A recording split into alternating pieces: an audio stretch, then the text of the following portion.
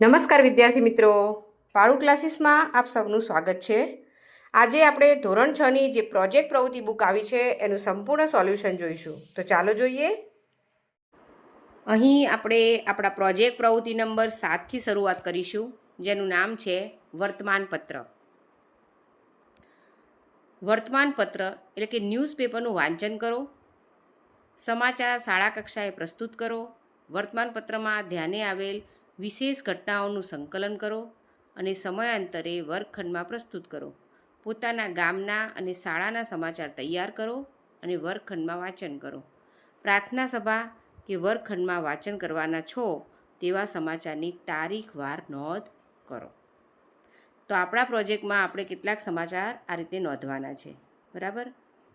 આપણી આ વર્ષે જે 6, 7, 8માં નવી સ્વઅધ્યયન પોથી આવી છે, જેનો ભાગ 1 અને 2 તેમજ આપણી જે પ્રોજેક્ટ બુક પણ આવી છે, તો આ બધાનું જો તમારે સંપૂર્ણ સોલ્યુશન જોતું હોય તો મારા પારૂલ ક્લાસીસ પર તમને એ મળી રહેશે।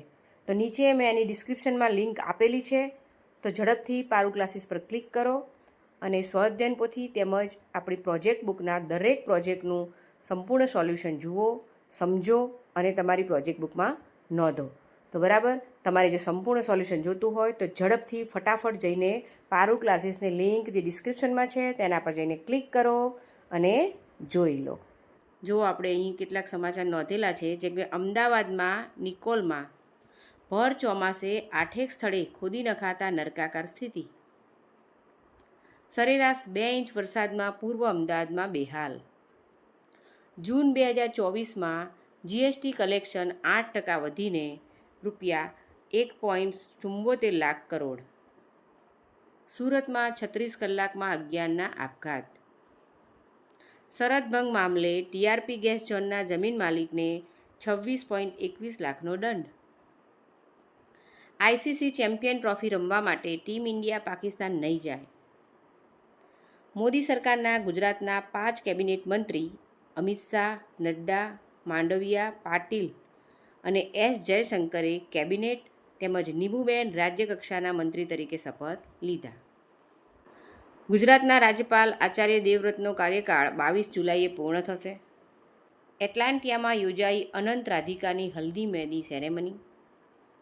આજે સોના ચાંદીના ભાવમાં તેજી, 73,000ની નજીક પહોંચ્યું અને પ્રતિ કિલોએ 92,000ને પાર ચાંદી પહોંચી। અયોધ્યા ગાઈડ આજથી સામાન્ય લોકો માટે ખુલશે। રામલલ્લાના દ્વાર મંદિરના દર્શન માટે કોઈ રસીદ લેવામાં આવશે નહીં। તો આ રીતે આપણે દેશ અને રાજ્યના સમાચાર જોયા। હવે આપણે જોઈએ મારા ગામના સમાચાર। આવતા શનિવારે શાળામાં બાલસભાનું આયોજન કરેલ છે। શાળામાં સ્પોર્ટ ડે હોવાથી ભાગ લેનાર વિદ્યાર્થીઓએ પોતાના વર્ગ શિક્ષક પાસેથી ફોર્મ ભરી લેવા। પ્રથમ નંબર લાવનાર વિદ્યાર્થીઓને ઇનામ વિતરણ કરાયું। તો આ રીતે નીચે અનેક સમાચાર તમે પણ તમારા ગામને લક્ષીને અહીંયા લખી શકો છો। એકમાં તમારે અલગ અલગ ન્યૂઝપેપરમાંથી વાંચન કરીને સમાચારને અહીં નોંધવાના છે, બરાબર। અહીંયા આપણું આ પ્રોજેક્ટ પૂર્ણ થાય છે।